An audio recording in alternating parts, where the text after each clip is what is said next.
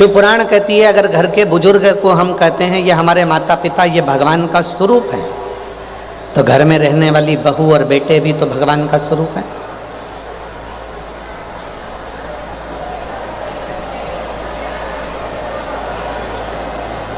वो भी तो भगवान का स्वरूप है। हम केवल इतना चाहते हैं कि हम में दुनिया के लोगों को भगवान दिखे, पर हम ये नहीं देखते कि दुनिया में भी तो परमात्मा को देखना होगा। तुझ में राम, मुझ में राम, सब में राम समाया है, और जित देखो उत राम की माया है। जहाँ देखो राम की ही माया मिलेगी। जिस जगह पर देखोगे वहाँ राम की ही माया प्राप्त होगी। हर जगह पे वो परमात्मा ही मिलेगा। शिव कहाँ नहीं है?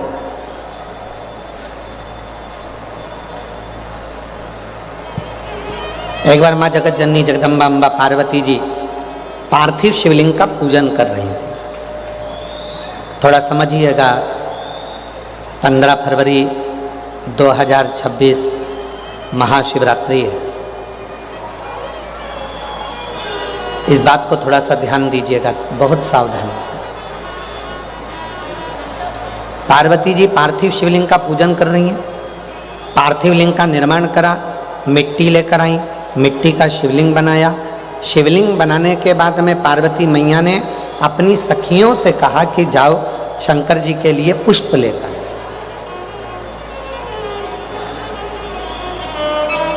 सखियां गई, 2 सखी थी, दोनों चली गई। ढूंढते ढूंढते उनको पुष्प नहीं मिला। कभी कभी भगवान देवाधिदेव महादेव खुद ऐसी लीला करते हैं कि अपने भक्त की परीक्षा लेते हैं।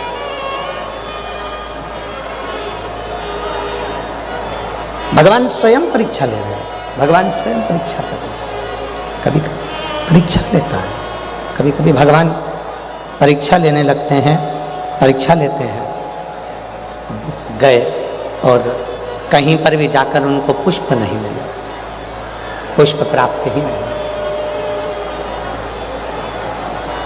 सखी वापिस आ गई। पार्वती जी ने पूछा क्यों? मैंने तुझे पुष्प लेने के लिए भेजा था, तुझे मिले नहीं। दूसरी सखी भी वापिस आई। पार्वती जी ने पूछा क्यों? मैंने तुझे पुष्प लेने भेजा था, तुझे मिले नहीं। दोनों सखियों को पार्वती जी को चढ़ाने के लिए, शिव जी को समर्पित करने के लिए पुष्प नहीं मिले। तब माता पार्वती जी ने केवल अपने हाथ का स्पर्श किया, केवल अपने हाथ का स्पर्श किया और दोनों नेत्रों को हाथ लगाकर शिव जी के शिवलिंग को छू लिया। इतने में भगवान शंकर प्रसन्न हो गए, प्रकट हो गए, शिव सामने। अब क्या दिया?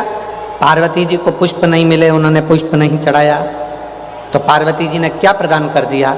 शिवलिंग को हाथ लगाकर, अपने नेत्रों को हाथ लगाकर शिवलिंग को छू लिया। मतलब हे भोले बाबा, आज मेरे पास चढ़ाने के लिए पुष्प नहीं है, पर ये नेत्र रूपी पुष्प मैं आपको समर्पित कर रही हूं। ये नेत्र आपके हैं।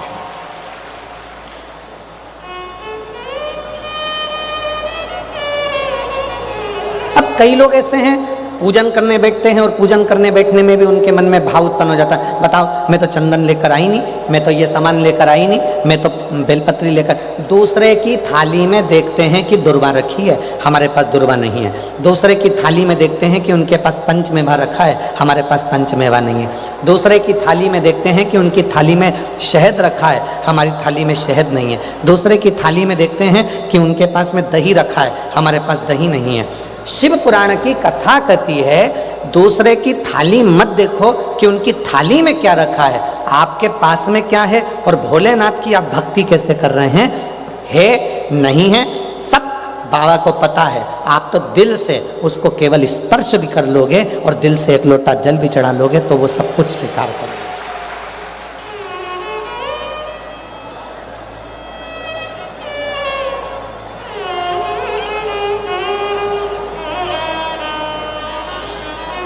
कई लोग कहते हैं गुरुजी, कई लोग ना जाने कितने कितने महाराजों के पास जाकर पूछते हैं, क्यों बाबा जी बताओ भगवान कैसे मिलेगा।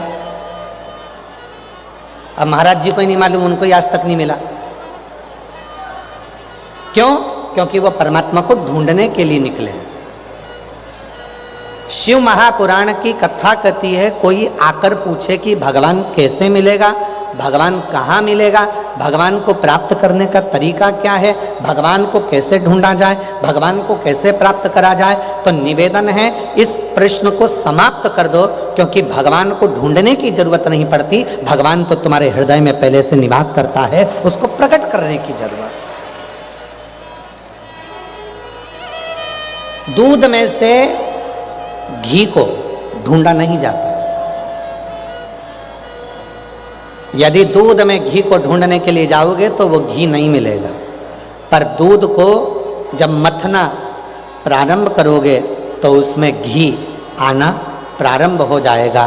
उसी तरह शिव पुराण कहती है, परमात्मा को ढूंढना प्रारंभ मत करो, अपने भीतर उस परमात्मा को खुद मनन चिंतन करो।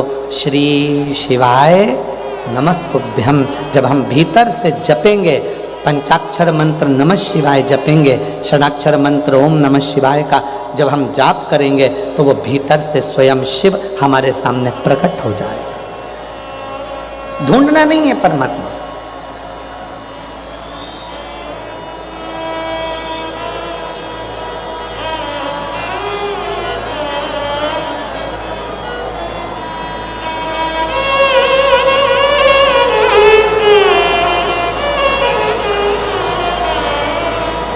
महाराज, कंकर कंकर में शंकर बसा हुआ।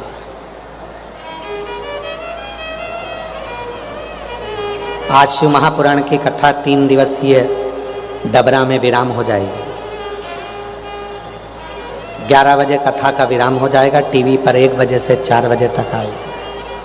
आप उठ के जाओगे। शिव महापुराण की कुमार खंड में लिखा है कि जिस स्थान पर बैठकर चंचुला देवी ने शिव महापुराण की कथा को सुना था, वहां की मिट्टी को नमन कर कर अपने पति का स्मरण किया था, और पति प्रेत योनि से मुक्त हो गया था। चंचुला पति के मरने के बाद जो वेधव्य हो गई थी, उस मिट्टी को अपने हृदय से और मस्तक से लगाने पर देव अधिदेव महादेव ने चंचुला को अखंड सौभाग्यवती बनाकर उसके पति के लोक में भेज दिया था। पति के लोक।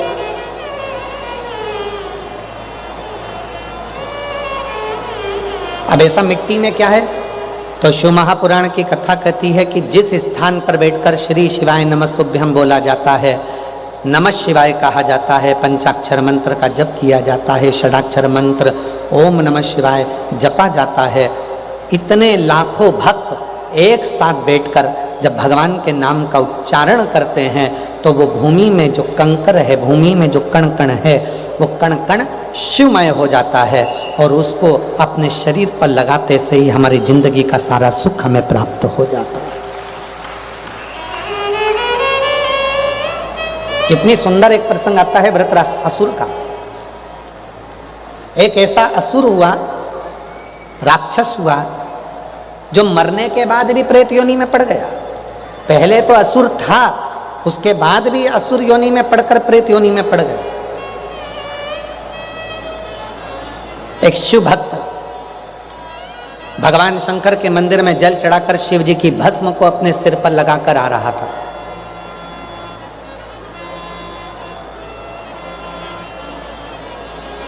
भस्म मस्तक पर है, शिव के मंदिर से आ रहा था।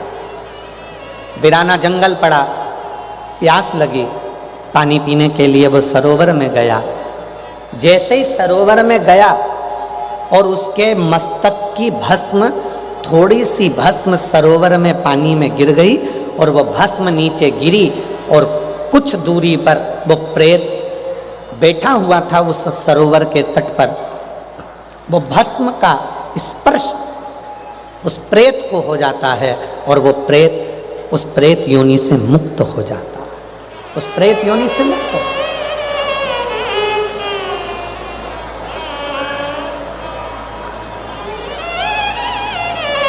कल कथा में चल रहा था कि 3 बातें शिव को स्वीकृत है। पहला, वाणी से निकला हुआ शिव का नाम। दूसरा, भगवान देवादिदेव महादेव को चढ़ाया गया 1 लोटा जल। और तीसरा, शिव का करा हुआ दर्शन। भूलवश भी, भूलवश कोई माता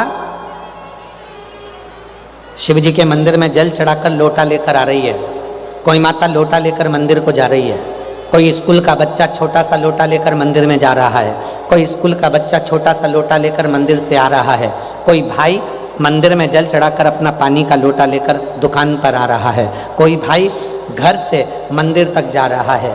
शिव महापुराण की कथा कहती है, अगर शंकर के मंदिर से कोई जल चढ़ाकर मंदिर से निकल कर भी जाता है और उस व्यक्ति के मात्र मुख का भी दर्शन हो जाता है, तो व्यक्ति के संचित पाप समाप्त होना प्रारंभ हो जाता है।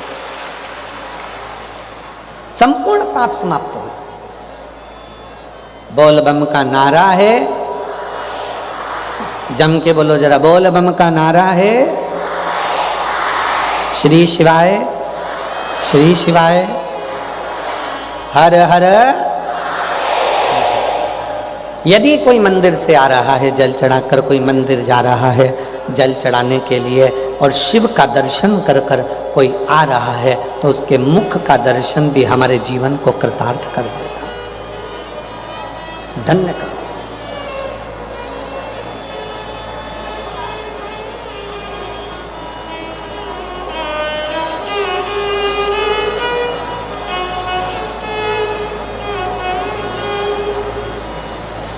महाराज,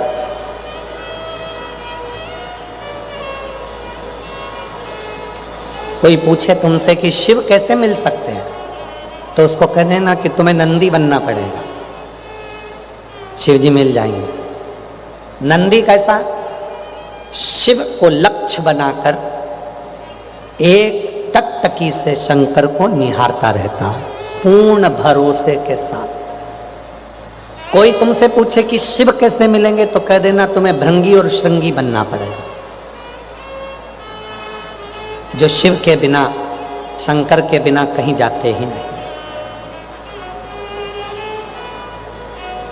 कई लोग तो ऐसे हैं जिनको विश्वास ही नहीं होता है, तो भटकते रहते हैं।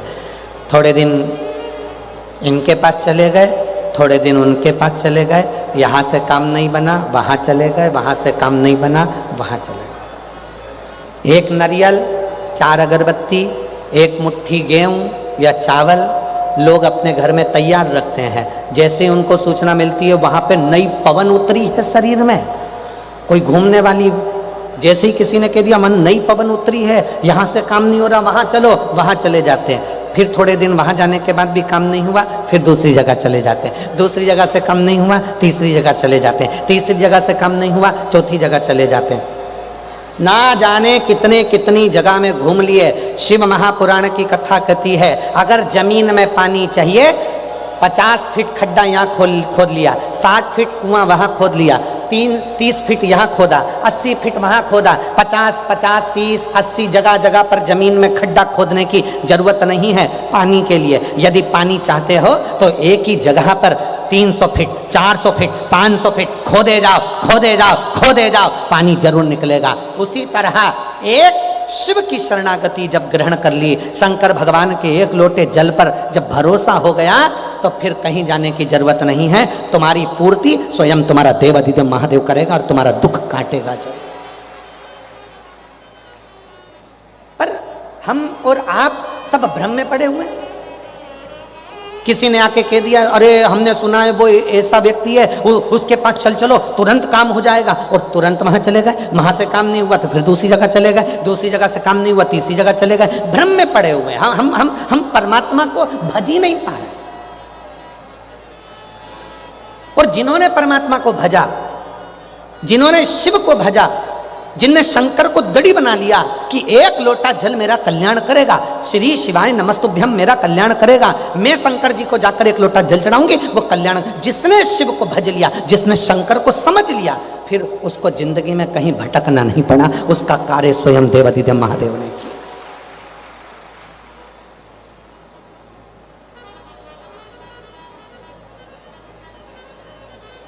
सुख दुख ये परमात्मा देकर भेजा, इसको तुम्हें काटना पड़ेगा, कोई दूसरा तुम्हारे दुख को नहीं काट सकता।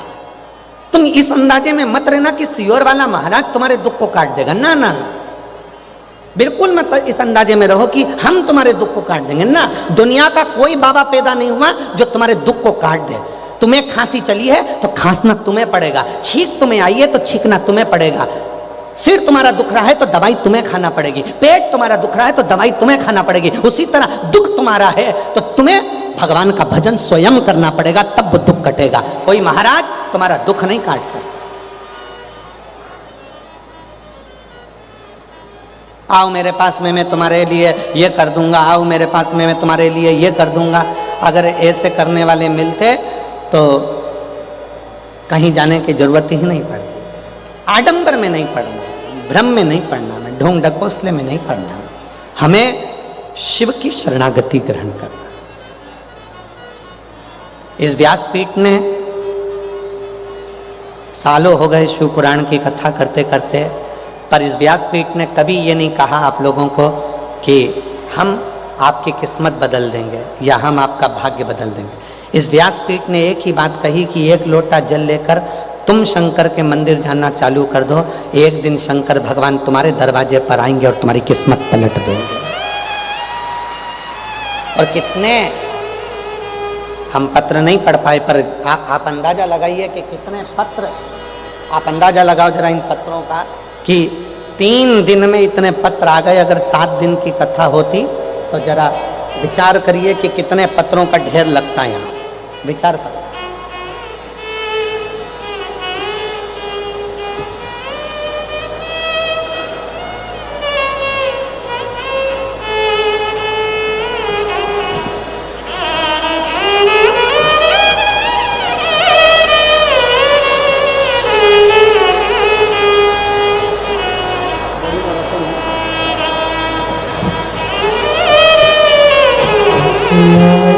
जरा विचार करिए, ये पत्र केवल पत्र नहीं है। जिनको मेरे भोले बाबा ने, जिन्होंने शंकर पर भरोसा करा, विश्वास करा और एक लोटा जल चढ़ाया, सियोर वाला महाराज तुम्हारा दुख मिटाने नहीं आया, तुमने खुद शंकर जी के मंदिर में जाकर जब विश्वास पैदा कर लिया कि मेरा दुख मेरा बाबा काटेगा, मुझे सरकारी नौकरी देगा, मुझे औलाद देगा, मुझे घर देगा, परिवार देगा, बेटा बेटी का ब्याह भी वही कराएगा। तुमने जिस दिन विचार कर लिया कि मैं पूर्ण तरह से शिव की हो गई, ये पत्र उनके हैं जिनके अंदर विश्वास जागृत हो गया और शिव ने कृपा की। ये पत्र उनके, ये किसी और के पत्र नहीं।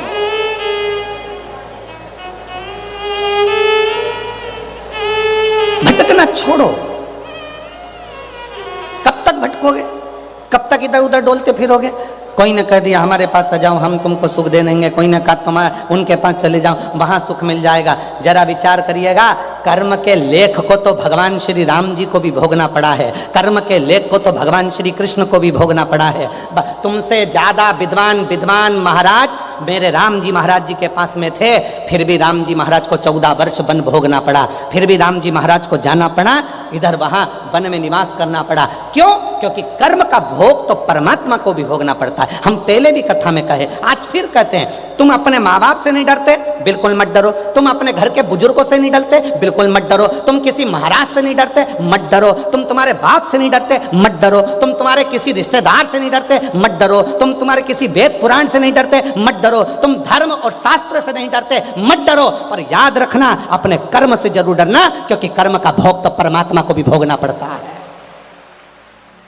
उसका भोग तो भोगना पड़ेगा, और जब भोग भुगताएगा तब तुम्हें शिव याद आएगा। भगवान राम जी महाराज भी जब जंगल में जाने लगे तो उन्होंने अपने पिताजी से पूछा कि मैं क्या करूं। पिताजी बोल नहीं पा रहे थे, सैया पर पड़े थे। तब गुरुजी ने कहा, एक काम करना, रोज प्रतिदिन पार्थिव शिवलिंग का निर्माण कर कर शंकर जी की पूजन करना।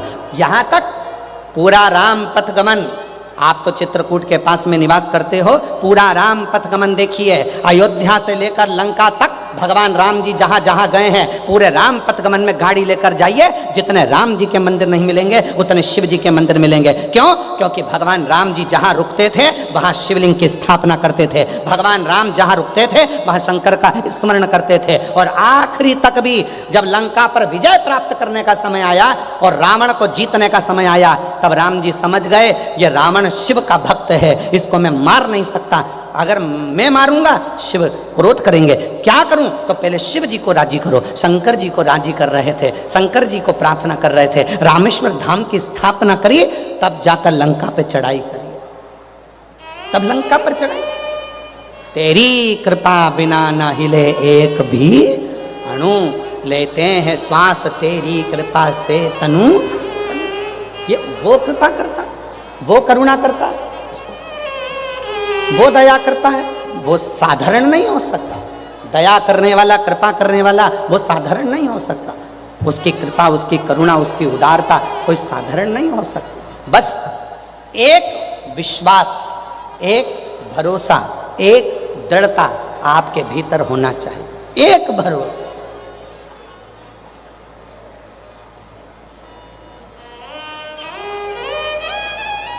भटक रहे हैं, यहाँ भटक लिए, वहाँ भटक लिए, वहाँ भटक लिए, कहीं नहीं।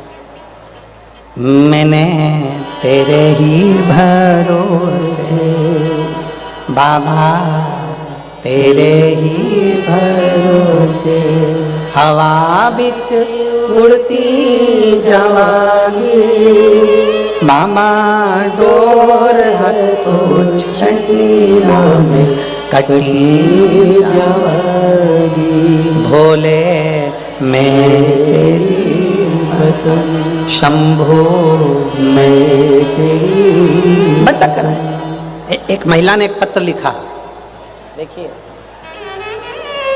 महिला ने पत्र लिखा, उस पत्र में लिखा, मेरा नाम शीश यादव है, मेरे पिता का नाम हरि ओम यादव है, हम ग्वालियर हजीरा से आए हैं। कहीं बैठे हो, ग्वालियर हजीरा से आए हैं, कहीं बैठे हो तो हाथ हिला सकते हैं, और आए हैं आप ही हैं, ऐसा हाथ हिला दो, हाँ ऐसा हिलाओ। बच्चा आया है के साथ में, ऐसा हाथ हिलाओ, ठीक है। मेरा नाम शीश यादव, आ जाइए, बेलपत्र लेकर जाइए, आ जाइए। मेरा नाम शीश यादव है, मेरे पिता का नाम हरि ओम यादव है, हम ग्वालियर हजीरा से आए। ये मेरा मोबाइल नंबर है।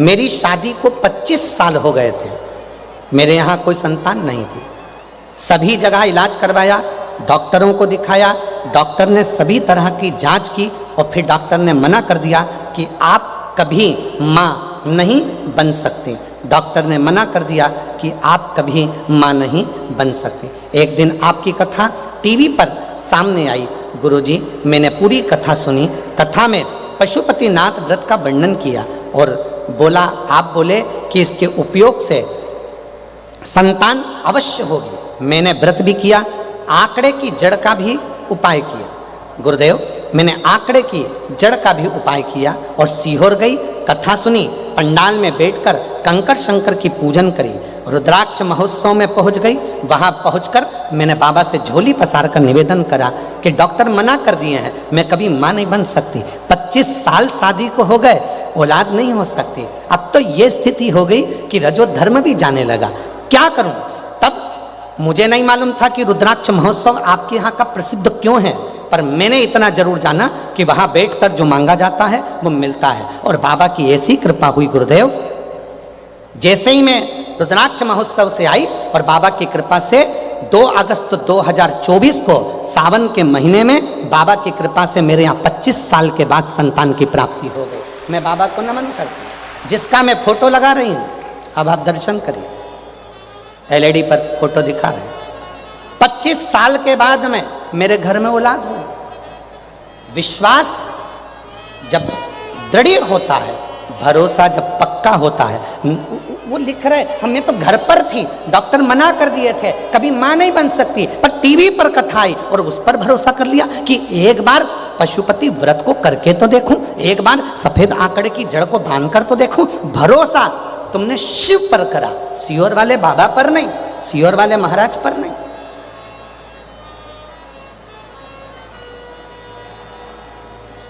हमारी तो ऐसी आदत है कि हम आप लोगों से मिलते भी नहीं। बोलो सही है? यहाँ जितनी कई माताएं ऐसी बैठी होंगी, कई भाई ऐसे बैठे होंगे जो ये जानते हैं कि हमारी पूरे जितने सालों से हम कथा कर रहे हैं, 30-32 साल में हम कभी किसी से, बहुत कम लोग होंगे जिनके घर भी हम जाते हों, हम किसी से मिलते भी नहीं हैं। अपना भजन श्री शिवाय नमस्तुभ्यम का जाप, भगवत भजन, और आप ना माने तो हम माननीय मंत्री जी के यहाँ रुके हुए हैं, आप वहाँ पर किसी से भी पूछ लो कि गुरुजी उनके कमरे में से भी बाहर नहीं आते। हमारे पंडित जी भोजन लाकर हमारे कक्ष में दे देते हैं, ठाकुर जी को, भोलेनाथ जी को भोग लगाते, पा लेते, भजन करते, ज़्यादा किसी से मिलना जुलना, या क्योंकि लोग समझते हैं कि सियोर वाले महाराज जी हमारा दुख काट देंगे, तो हम तुम्हारा दुख नहीं काट सकते, इसलिए तुम हमसे मिलो भी मत। आप तो शिव जी के मंदिर जाओ, एक लोटा जल चढ़ाओ और अपने जीवन को सार्थक करिए और अपने जीवन को आनंदित करिए। क्यों नहीं? उस परमात्मा से मिलने की जिद करो।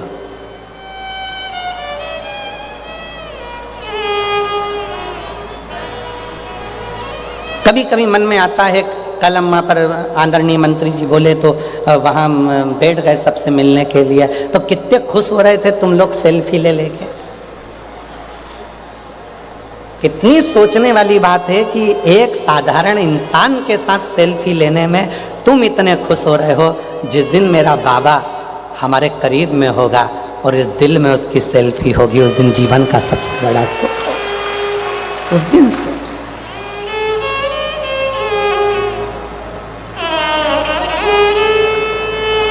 इसलिए वो एक लाइन हमारे स्मरण में बार बार आती है कि भंवरे ने खिलाया फूल, फूल को ले गया राजकुंवर। भंवरे ने खिलाया फूल, फूल को ले गया राजकुंवर। भंवरे तू कहना न फूल, फूल मेरा हो गया इधर उधर। भंवरे ने खिलाया फूल, फूल को ले गया राजकुंवर। ये हृदय रूपी फूल, ये मन, ये चित्त, ये वृद्धि सब शिव की है। जब उसी में रम गई तो फिर हम किसको कहें?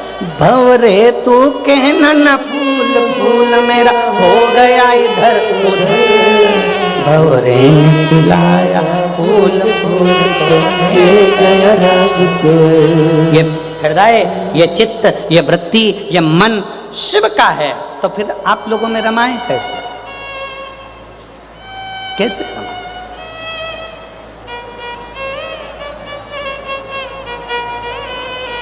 उस पे आश्रित हो जाओ।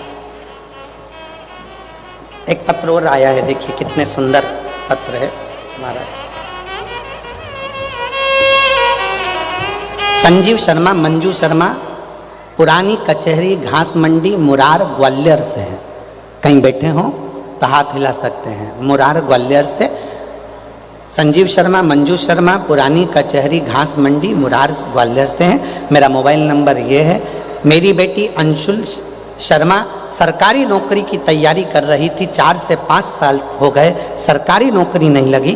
तब हम सीहोर ले गए। सीहोर में जाकर बेटी से कंकर शंकर की पूजन करवाई, रुद्राक्ष महोत्सव की कथा का लाभ लिया। 15 दिन भी नहीं हुए और बाबा की कृपा से आज मेरी बेटी की सरकारी नौकरी बैंक में लग गई है। मैं बाबा को प्रणाम करने के लिए आई। दूसरी बेटी का फोटो देखिए, जिसने फोटो लगाया है और पत्र लिखा है। गुरुदेव, पत्र पढ़िए जरा, कितने विचार प्रेम से पत्र लिखा है। गुरुजी,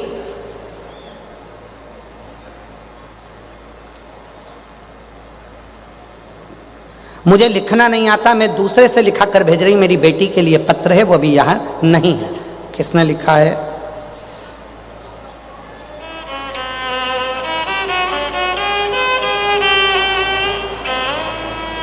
हम जिला सतना के रहने वाले हैं। मेरे पति श्री रामचंद्र सिंह राजावत, मेरा नाम प्रमीला सिंह है, मेरा मोबाइल नंबर ये है।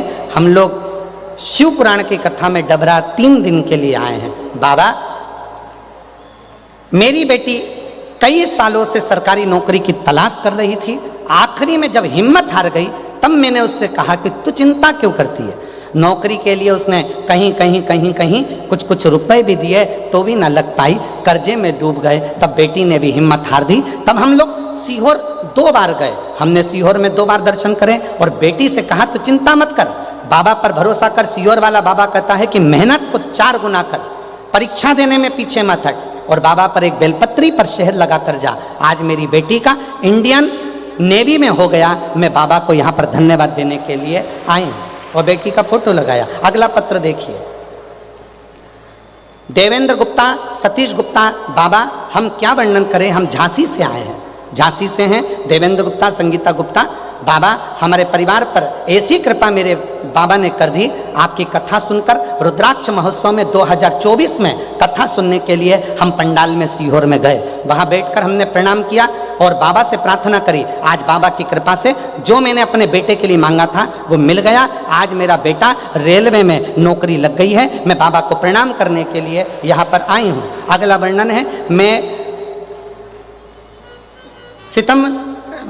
सीतम देवी, मेरा फ़ोन नंबर ये है। मैं झांसी पुलिया नंबर 9 से आई हूँ, उत्तर प्रदेश की निवासी हूँ। मेरा बेटे 2019 से रेलवे का पेपर पास नहीं कर पा रहे थे। वो एग्ज़ाम देते थे, रिजल्ट नहीं आता था। तब बाबा से विनती करी और निवेदन कर कर पंडाल में बैठकर कथा सुनी। आज